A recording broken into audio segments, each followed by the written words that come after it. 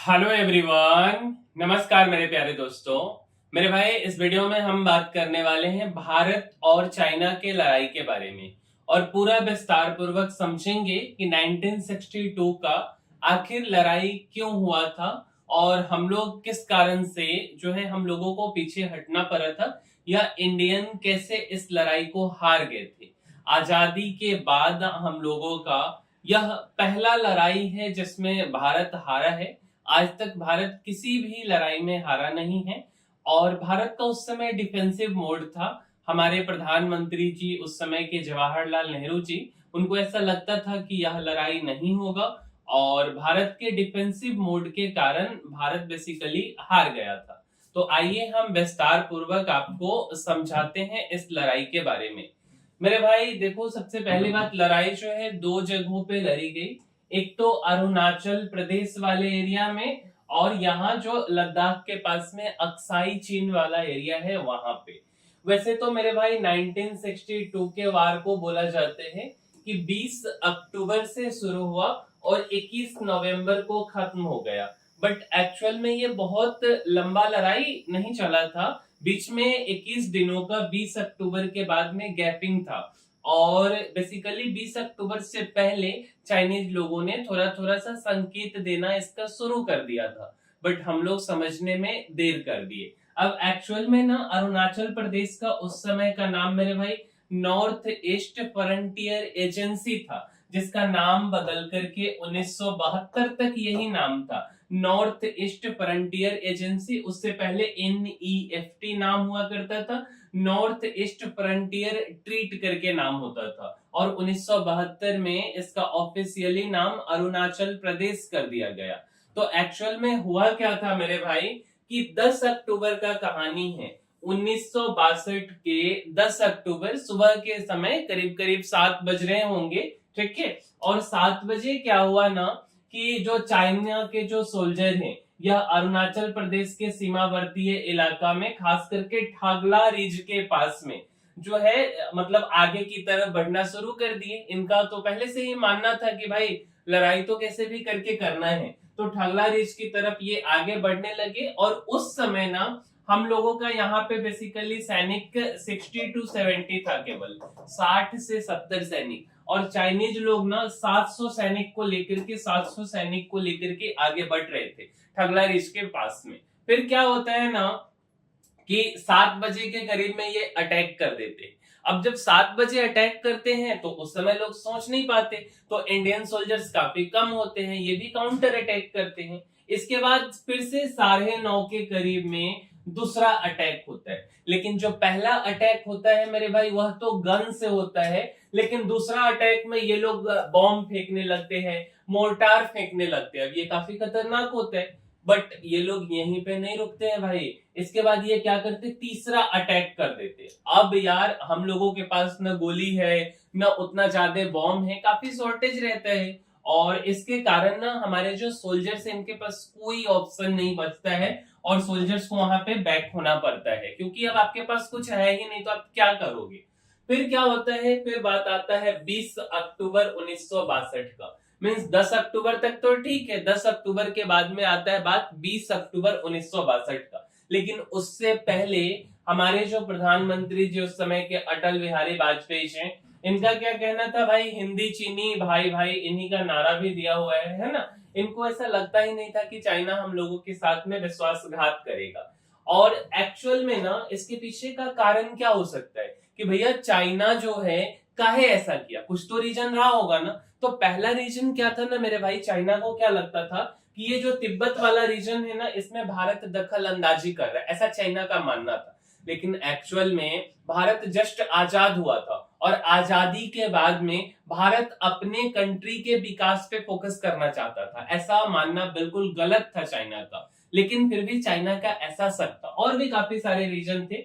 एक तो सीमा विवाद और नक्शा का लड़ाई था, जैसे कि हिमालय क्षेत्र में अक्साई चीन, लद्दाख जो कि अभी चाइना के पास में, लद्दाख नहीं अक्साई चीन वाला एरिया, ठीक है। और अरुणाचल प्रदेश में बेसिकली जो जगह है, ये सब ना दोनों देश मतलब भारत का यह एरिया है और चाइना अपने में इसको शामिल कर लिया, ठीक है। और चाइना का यह कहना था कि ये झिंजियांग एक जगह है चाइना में तो बोलता था कि यह इसका हिस्सा है। और दूसरा क्या था ना कि ब्रिटिश समय, मतलब देखो अंग्रेज जो गया ना यहाँ से, ये लोग इतना हरामीपन करके गया है कि कुछ आप कह नहीं सकते हो। हर जगह पर जो है हरामीगिरी करके चला गया है। पहला क्या किया कि पाकिस्तान का ऐसा ना लाइन खींचा कि मतलब आपस में ही तुम उलझे रहो। चाइना के साथ में भी ऐसा ही डिस्प्यूट करके चला गया, तो एक लाइन खींच दिया, मैक-मोहन रेखा। मतलब इसका ऐसा मानना था अंग्रेज का कि देखो ऐसे कर दो कि भाई ये लोग आपस में ही लड़ते रहे अपने पड़ोसी के साथ में, क्योंकि हम पड़ोसी को तो बदल नहीं सकते। तो ये मैक-मोहन रेखा खींच के चला गया। अब मैक-मोहन रेखा को चाइना मान ही नहीं रहा, इसका मानना ही नहीं था। ये बोलता था कि नहीं, हम मैक-मोहन रेखा को नहीं मानते हैं। तो अंग्रेज जब जा रहा था तो उसको इस डिस्प्यूट को क्लियर करके जाना चाहिए था, देश को तो बर्बाद कर ही दिया था। फिर यहाँ पे क्या होता है ना कि दलाई लामा जी, जिनका तिब्बत में सरकार होते, 31 मार्च 1959 को जब बेसिकली चाइना जो है अकोपाई कर लेता है तिब्बत को, तो 31 मार्च 1959 को दलाई लामा भारत आ जाते। अब भाई कोई आएगा, अगर आपके घर में ही कोई आएगा मदद मांगने, तो आप उसको सपोर्ट नहीं करोगे भाई, उसको खिलाओगे पिलाओगे रखोगे। तो भारत का जो अपना शुरू से धर्म रहा है, उसी धर्म के प्रति दलाई लामा को यहाँ शरण दिया, रहने के लिए दिया।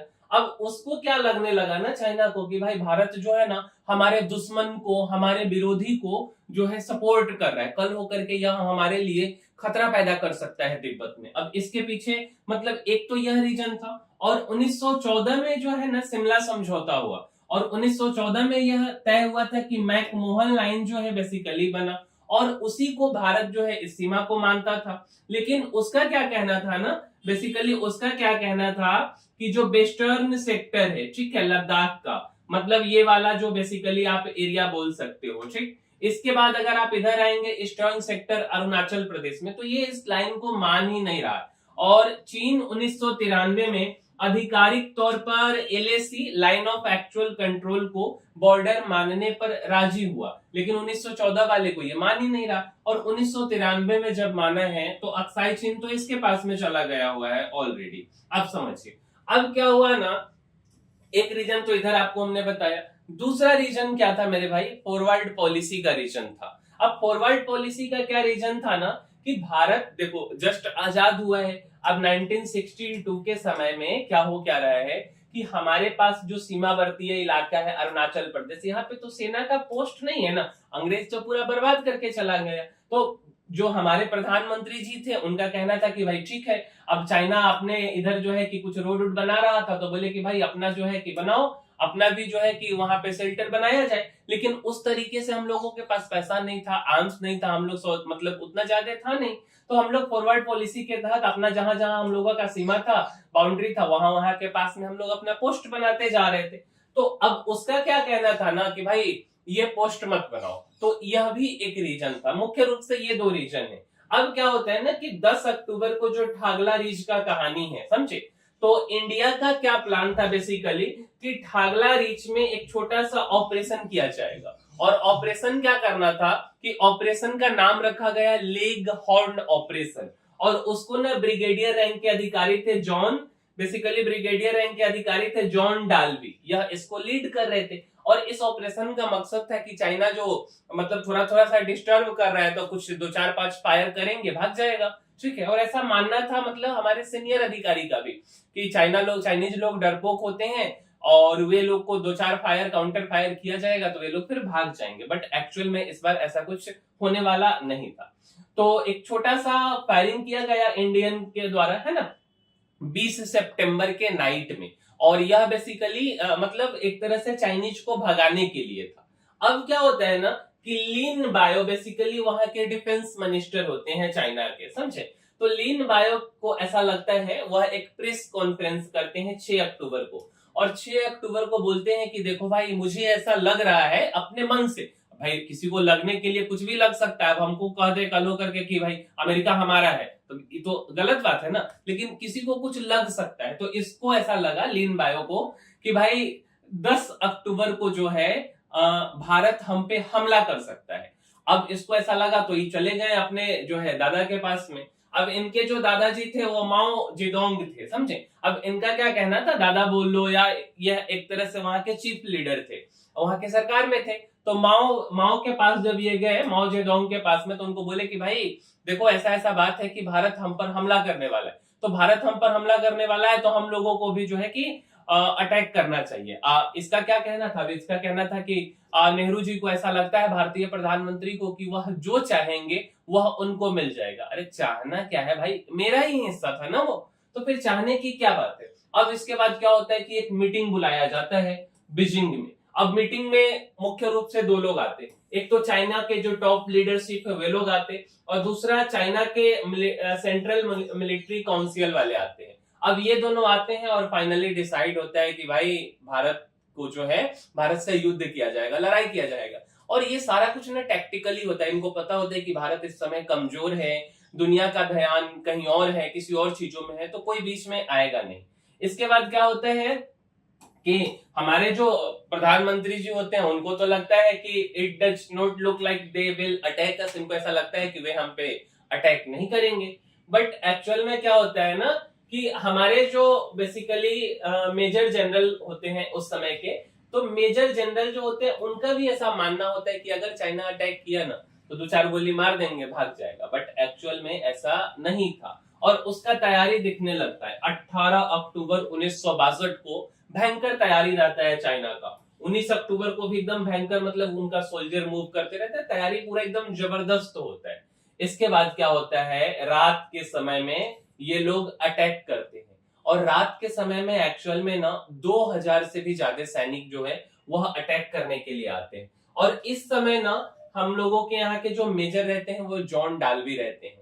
अब जॉन डाल्बी का कहना था कि भाई हमारे पास सोल्जर्स है नहीं, आर्म्स है नहीं, हथियार है नहीं, और अगर हम लड़ते हैं तो इसका मतलब यह हुआ कि हम अपने सैनिकों को एक तरह से मौत के जाल में फेंक रहे, डेथ ट्रैप में फेंक रहे। तो ये अपना रेजिग्नेशन जो है कि बोलते, बट इनका रेजिग्नेशन जो है अप्रूव होता नहीं है। फिर 20 अक्टूबर जिस दिन से युद्ध का एक्चुअल में घोषणा हुआ है, 5:14 पर 20 अक्टूबर 1962, देखो भाई अरुणाचल प्रदेश का बात है। अरुणाचल प्रदेश में 3:30 बजे सूर्योदय हो जाता है, 3:30 से 4 के बीच में। तो 3:30 से 4 के बीच में हम लोगों के यहाँ नहीं होता है, समझे, लेकिन अरुणाचल प्रदेश में 3:30 से 4 के बीच में सूर्योदय हो जाता है। जब वे अपना डेली का क्रियाकलाप करते रहते हैं, 5 बजे जगा हुआ 1-2 घंटे हुआ है, तो जाकर के चाइना की तरफ से हेवी अटैक होता है एकदम, मतलब 150 प्लस गनमैन जो है कि फायर करते रहता है। और केवल गन से नहीं फायर हो रहा है, मोर्टार दागा जा रहा है, गोला बारूद हर कुछ दागा जा रहा है, ठीक है। अब इंडियन सोल्जर्स के पास उतना ज्यादा नहीं है, फिर भी अपने काउंटर के लिए जो है कि कुछ फायर करते हैं। लेकिन 1962 में बेसिकली उस समय 493 सोल्जर जो है कि मर गए थे हमारे, एक बहुत बड़ा नंबर होता है, 493 सोल्जर मर गए। और जॉन डाल्बी जो कि ब्रिगेडियर थे हमारे, मेजर नहीं थे, वो ब्रिगेडियर थे, इनको चाइनीज कैप्चर कर लिया, मतलब कि इनको बंदी बना लिया गया। अच्छा, अब इसके बाद क्या होता है ना कि इसके बाद क्या होता है मेरे भाई कि 10,000 फीट पर एक शहर है अरुणाचल प्रदेश का, नाम है तवांग, ठीक है। अरुणाचल प्रदेश का जो राजधानी है ईटानगर, वहां से 445 किलोमीटर की दूरी पर है। और टेक्टिकली ना युद्ध लड़ने के लिए अगर आप ऊंची जगह पर होते हो ना तो आपको बहुत फायदा मिलता है।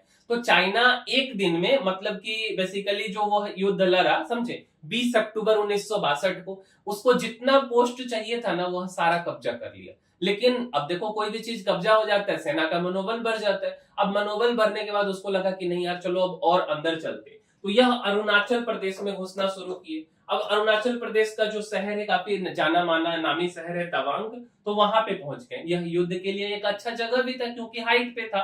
तब ये क्या करते हैं ना, तवांग जो कि बगल में इस साइड में अगर देखेंगे तो हमारा पड़ोसी देश है, तो तवांग हो गया, तो यहाँ पे ये लोग कब्जा जमा लेते हैं क्योंकि हमारे पास तो उस समय सोल्जर लोग बैकफील्ड पे आ गए हुए थे। इसके बाद जो वेस्टर्न सेक्टर है, मतलब लद्दाख वाला रीजन जो है, जिसमें कि दौलत बेग ओल्डी हो गया, आपका चिप चाप वैली हो गया, उसके बाद गालवान पोस्ट हो गया, है ना, 2020 में भी गालवान का मैटर आया था। तो इन सब जगह पर भी खतरनाक युद्ध लड़ा गया। इसके बाद एक जगह था चांदनी नाम का पोस्ट, ठीक है। तो चांदनी पोस्ट जो है गलवान के पास में ही पड़ता है, वहां पे केवल 30 हमारे सैनिक थे और 500 सैनिक जो है, 500 चाइनीज जो है बेसिकली इस पोस्ट पर अटैक करते हैं और यहाँ पे खतरनाक लड़ाई होता है। लेकिन हमारे जो सैनिक है वे अच्छे से जवाब देते हैं और इन लोगों का भी क्रियाकलाप किया जाता है। इसके बाद मेरे भाई यहाँ पे एक लेक है पैंगोंग लेक, यहाँ का भी लड़ाई काफी ज्यादा होता है। फिर उसके बाद में क्या आता है ना 14,000 फीट का लड़ाई, यह काफी खास लड़ाई है। इस लड़ाई को मतलब एक तरह से बहुत ही खास आप बोल सकते हो, क्योंकि बहुत भयंकर लड़ाई हुआ था। चुसूल एक जगह है जो कि काफी हाइट पे है, 14,000 फीट पे, और हमने आपको बताया कि कोई आदमी अगर हाइट पर पहुंच जाए ना तो यहाँ से किसी को मारना, निगरानी करना आसान हो जाता है। तो चाइना इसी फिलोसफी के हिसाब से आगे चल रहा था, और यहीं पे लड़ाई लड़ा गया था बैटल ऑफ रेजांगला का। तो रेजांगला का लड़ाई जो है लड़ा गया, काफी खास था, इसके बारे में हम आपको बताते हैं। पहले आप इस बात को समझिए कि अरुणाचल प्रदेश में ना मैक मोहन लाइन जो है, इसको तो यह मान ही नहीं रहा है चाइना वाला, बिल्कुल भी नहीं मान रहा है मैक मोहन लाइन को। इसके बाद क्या होता है ना कि ये लाइन को मानने के लिए तैयार नहीं था, तो यह एक ऑफर करता है इंडिया को। क्या ऑफर करता है कि देखो, यह ना एक तो अक्साई चीन लद्दाख के पास वाले एरिया को जो है कि ये कैप्चर कर लिया रहता है, और बहुत बड़ा एरिया कैप्चर किया रहता है। दूसरा, अरुणाचल प्रदेश में इसका एंटर हो गया हुआ है। यह बोलता है कि आप ऐसा करो, हमारे प्रधानमंत्री जी को एक ऑफर करता है, और ऑफर यह होता है कि आप ऐसा कीजिए कि हम मैकमोहन लाइन को, इस रेखा को मानने के लिए हम तैयार हैं, लेकिन अक्साई चीन वाला एरिया आप हमको दे दीजिए, जो उसने ऑलरेडी वो जीत रहा है, पूरा एरिया कब्जा कर लिया है। उसका कहना था कि वो एरिया आप हमको दे दीजिए, हम इस लाइन के पीछे जो है कि चले जाएंगे। अब भाई इसी के चक्कर में 21 दिन तक जो है कि युद्ध रुक गया हुआ था, लगभग 3 वीक्स तक युद्ध रुक गया। और यह युद्ध ना बेसिकली 14 नवंबर 1962 को, जिस दिन हमारे प्रधानमंत्री जी का जन्मदिन होता है, उस दिन से वापस शुरू होता है। 73वां साल इनका होता है, 73rd बर्थडे के दिन से फिर से यह लड़ाई जो है बेसिकली शुरू हो जाता है। अब हमारे प्रधानमंत्री जी क्या कोई भी उस समय पे रहते तो इस बात को मानने से मना कर देते, मेरा एरिया तुम ले लिए और फिर हम ही को ऑफर दे रहे हो, तो यह पॉसिबल नहीं था। फिर से लड़ाई होता है, लेकिन इस बार लड़ाई चाइनीज के द्वारा नहीं किया जाता है, भारतीय लोगों के द्वारा किया जाता है, काउंटर अटैक किया जाता है। और यह 1962 का पहला काउंटर अटैक होता है बेसिकली, जिसमें भारतीयों के द्वारा काउंटर अटैक किया जाता है, और इसको नाम दिया जाता है बैटल ऑफ वालोंग। ठीक है, अरुणाचल प्रदेश में एक जगह है, उस जगह मतलब किविट्टू के पास में ये बेसिकली पड़ता है। किविट्टू के पास में, किविट्टू अरुणाचल प्रदेश का ईस्टर्न मोस्ट विलेज है, ईस्टर्न मोस्ट विलेज, जहां नरेंद्र मोदी जी का वाइब्रेंट विलेज के तहत भी जो है कि प्रोग्राम चल रहा है। तो वहीं पे बेसिकली वालोंग भी एक जगह है, वहां से 20 किलोमीटर साउथ के साइड में, तो वहां पे ये लड़ाई चलता है। और इस लड़ाई का बेसिकली अंजो जिला आप बोल सकते हो, इस जिले का नाम है अंजो, और अंजो जिला के अंदर ही किविट्टू वालोंग सब पड़ता है। किविट्टू ईस्टर्न मोस्ट गांव है, जहां पे केवल आज के डेट में 100 लोग बचे हुए हैं, और वहीं से 20 किलोमीटर साउथ की तरफ पड़ता है आपका वालोंग। तो वहां पे असम राइफल्स के जवान फंसे रहते हैं और उसको रेस्क्यू करना रहता है, तो इसलिए ये चीज किया जाता है। बट उसी रेस्क्यू के दौरान ना हमारे सैनिक एक हाइट पे एक जगह होता है ग्रीन पिंपल, ग्रीन पिंपल से हम दोनों जगह नजर रख सकते हैं, वालोंग पे भी नजर रख सकते हैं और किविट्टू पे भी नजर रख सकते हैं। अब यह वाला जगह हम लोगों कैप्चर कर लेते हैं। बाद में धीरे धीरे किविट्टू भी आज के डेट में इंडिया का हिस्सा है, वालोंग भी इंडिया का हिस्सा है, बाद में तो उसके बारे में बताते हैं अभी आपको कि एक्चुअल में कैसे हुआ। मुख्य लड़ाई ना मेजर वार आप बोल सकते हो वेस्टर्न सेक्टर में भी लड़ा गया। तो वेस्टर्न सेक्टर में जो है रेजांगला, जो कि 16,000 फीट पे है। अब 16,000 फीट पे ऑक्सीजन भी नहीं है उतना चाहते, अब बर्फ है, और उस जगह पर आपको लड़ना है। ठीक है, तो यहाँ पे पोस्टेड थे कुमाऊं रेजिमेंट के 13वीं बटालियन, जो कि आज के डेट में कहाँ पे पोस्टेड है, तो किविट्टू में पोस्टेड है कुमाऊं रेजिमेंट के बटालियन, अभी का हम बात कर रहे हैं। तो क्या होता है ना कि 21 नवंबर को तो वहां पे भी लड़ाई काफी खतरनाक होता है, और इस लड़ाई में हमारे सैनिक शहीद हो जाते हैं। और बोला जाता है कि एक एक गोली जो है ना इंडियन सोल्जर का पूरा गन खाली करने तक लड़ते हैं, और पूरा गन खाली करने के बाद तक जो है कि वहां पे जो हमारे मेजर होते हैं तो वे भी मर जाते हैं, फाइनली जो है शहीद हो जाते हैं। तो मतलब जितना भी हम लोगों के पास गोला बारूद जो भी चीजें रहता है, हर एक चीज खत्म हो जाता है, तो अंत में आपको क्या बचेगा, कुछ नहीं, है ना। फिर 21 नवंबर 1962 आता है। 21 नवंबर 1962 को जो चाइनीज लोग हैं वह मैक मोहन लाइन से 20 किलोमीटर पीछे चले जाते हैं, और जबकि चाइना वाले युद्ध जीत रहे थे और फिर भी यह पीछे चले जाते हैं और एक तरफा युद्ध विराम का घोषणा कर देते हैं।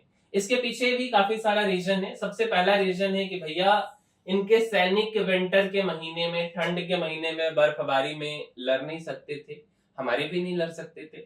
दूसरा कि अमेरिका का सपोर्ट, अमेरिका के जो कैंडी साहब हैं, ठीक है, वहां के जो राष्ट्रपति होते जॉन कैंडी, उनका सपोर्ट आ जाता है। हमारे प्रधानमंत्री जी चिट्ठी लिखे रहते। लेकिन यहाँ एक चीज आपको हम बताना चाहेंगे कि अमेरिका का सपोर्ट तो आया, बट अमेरिका जो है ना फाइटर प्लेन देने से मना कर दिया, वो नहीं दिया, ठीक है। और तीसरा ना कि किसी भी सैनिक के लिए जो है भोजन सामग्री जो है यह महत्वपूर्ण होता, और जब ठंडा पड़ता ना तो चाइनीज अपने सोल्जर्स को फूड सप्लाई नहीं कर पाते। तो यह 3 रीजन है और इन तीनों रीजन के कारण वे लोग 20 किलोमीटर पीछे चले जाते हैं।